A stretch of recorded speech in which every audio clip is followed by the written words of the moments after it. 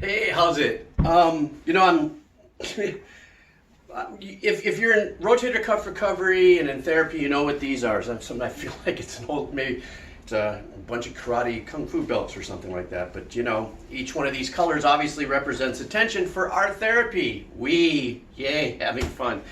Anyhow, needless to say, I learned probably one of the most powerful healing and caretaking tips, not from my doctor and not from my therapist, but by somebody who I would occasionally surf with. And I'll tell you that in just a second. If you want to get right to the tip, down at the chapter, that little area, go ahead and go right to the tip if you don't want to hear the backstory, but really quick.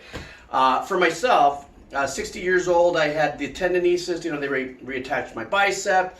My supraspinatus was a full thickness tear, about a 3 centimeter pullback. Surgery went really well. My therapy has gone really well. As a matter of fact, my therapist had said I was maybe 6 weeks ahead of my recovery. Probably had a lot to do with my, sports past and, from playing hockey and surfing and all the kind of stuff that I did, which actually injured the shoulder as well. My recovery has been very, as you can see, now here I am 4.5 months. Anyhow, so here's the backstory. About 2 months after I had the surgery, I'm walking out and I bump into this guy I've seen a couple times in the water, and he recognizes the sling, the sling, and he goes, "Oh, rotator cuff surgery." I went, "Yeah." And he goes, "Well, I've had it 4 times." I was like, "Quoi? 4 times? How do you do that?"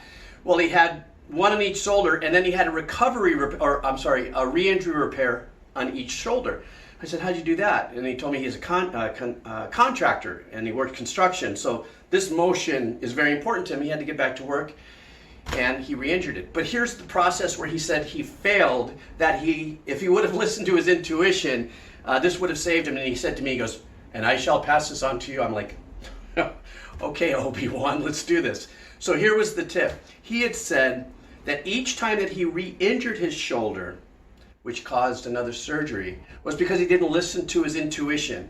And the intuition and the tip is, if you, with the arm that you are recovering, if you have to stop, or if you're in the process of reaching to grab something or lift something or do something, and the thought process in your mind goes to, "Do you think you can do that? Is it strong enough yet?" And I go, "Don't do it."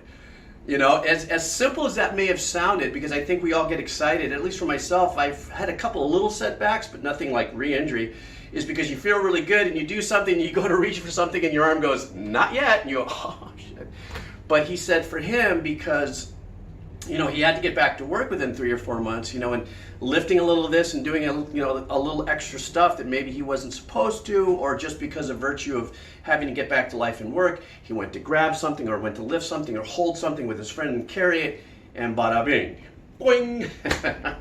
So that's the tip I just wanted to lay on you. I mean, I still have I have about 5 more months with this, even though my therapist did cut me free. He's allowed me to go swimming now, so I'm just doing these really chill underwater kind of breaststroke things, going kind of slow and stuff. But to this day, that particular tip has probably saved my ass 4 or 5 times from, "Oh, I'll just grab, oh, no, wait a second, process, no, negative, not wanting to go through it again." So, because God knows, for all of you who've had any kind of shoulder injury, frozen shoulder, or anything where you have to do, therapy and stuff, and you have to go through the recovery, and especially rotator cuff recovery is kind of tense, and it can be intense.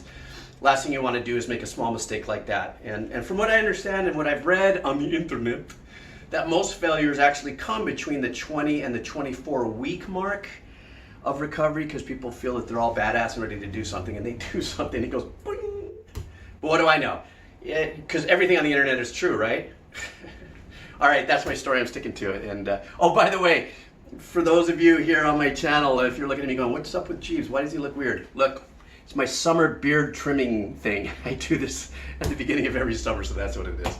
So everybody have a great time, and if you're here and you just happen to have dropped by because of your rotator cuff recovery, it's going to get better. It's all about the small goals, and all of a sudden you can do this, and then you can do this, then you can put your hand here, and then you can do this, and then you can do this.